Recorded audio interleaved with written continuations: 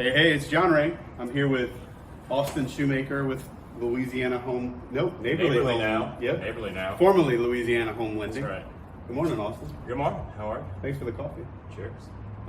So we want to talk, I'm curious.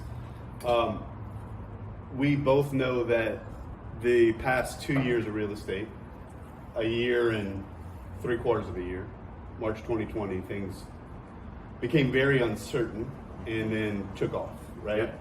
And year over year, I think our volume is surpassed last year, which surpassed the year before that, Yep. and 2019 was a record-breaking year. Yeah, I think the Daily Advertiser came out a couple of days ago and said we had surpassed the volume in transactions as of 2020. That's true. Yeah. I looked at the numbers. Possibly the end of November even, I can't remember. Yeah, I looked at the numbers Saturday, but I don't, off the top of my head, coffee hadn't kicked in yet. There you go. But I'm curious, I'm hearing a lot of chatter about the volatility of interest rates moving forward into 2022, and Right. kind of just wanted to get your thoughts on where you think that they're going to go. First of all, how long have you been in the business? So I've been in the business 6.5 years. I don't claim to be an expert in the economy. Otherwise, I always tell people I'd be working at the London School of Economics. But the Wall Street Journal has done a really great job at following what the Fed has done, what their next movements are going to be, anticipating those, and the prevailing theme right now, or the prevailing theme has been that inflation, the main driver of what's probably going to cause interest rates to increase, both at a consumer level and a mortgage rate level. That inflation has been transitory. That's been like the word, right? Explain that for those that are like me. That For sure. So transitory meaning that, hey, look, COVID has gummed up the supply chains. There was a lot of speculative moves in the market, things moving around, caused the 10-year treasury to just plummet, which caused rates to also plummet, caused this renaissance really of a real estate market, a bull market in the real estate business. Transitory meaning that would end soon, right? Okay. That it would come and go. okay? What they have started to do now is kind of change that verbiage to it's expected to be somewhat transitory moving forward. That was at the November meeting. Okay. They actually have their meeting today and tomorrow. So we'll know more by the end of the week? Yeah, the Fed Open Markets Committee. I think Thursday, tomorrow, they'll release their comments. But at any rate, what's expected to happen is they're going to start hiking rates at the beginning of 2022, sometime, maybe end of Q1, beginning of Q2. Okay.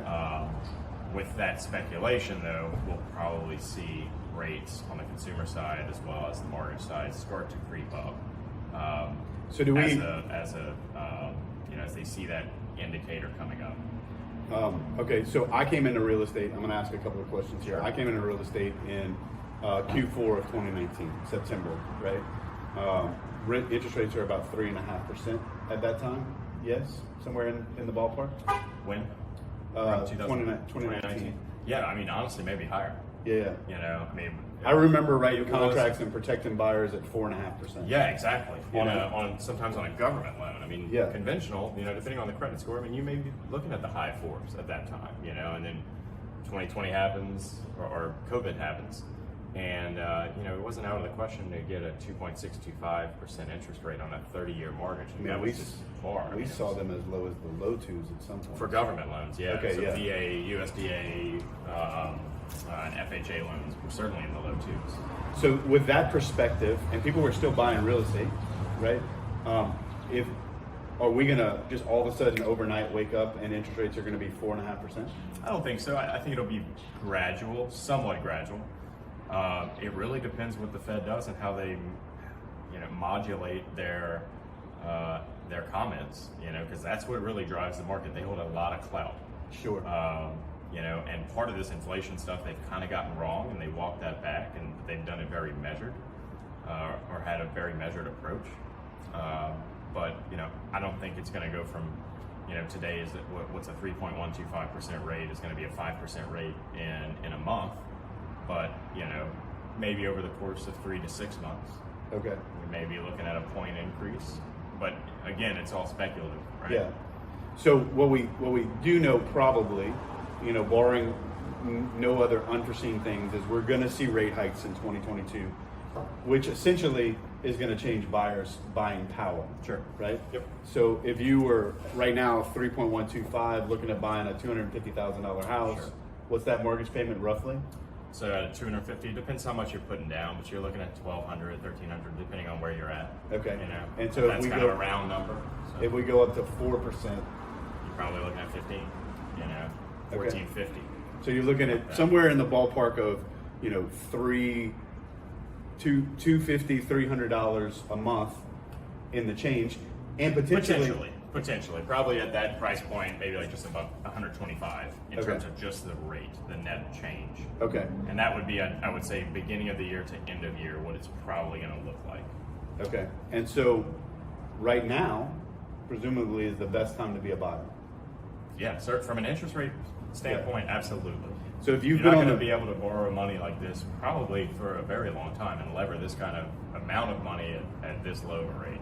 So what we do know with certainty is that as inflation goes up, your mortgage payment won't change. So if you've kind of been on the fence about whether or not you should buy, right now is a great opportunity to buy. There's a slight chance that interest rates may stay where they're at.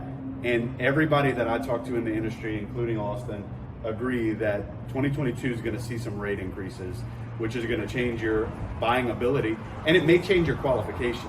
So if you've been on the fence, you should give me a call today. That way I can hook you up with Austin. We can get you pre-qualified and we can start shopping. I mean, Austin said he could get you in a new house right after the first of the year. Absolutely, yeah. I mean, we routinely close, loans. And, I was going to say before the end of the year, but I don't want to give you you too caught much yourself. credit. I saw that. Yeah. But yeah, no, 3 weeks, guys. I mean, it's certainly possible. So Well, thank you, Austin. I appreciate yeah, your time. thanks for having me. And give us a call.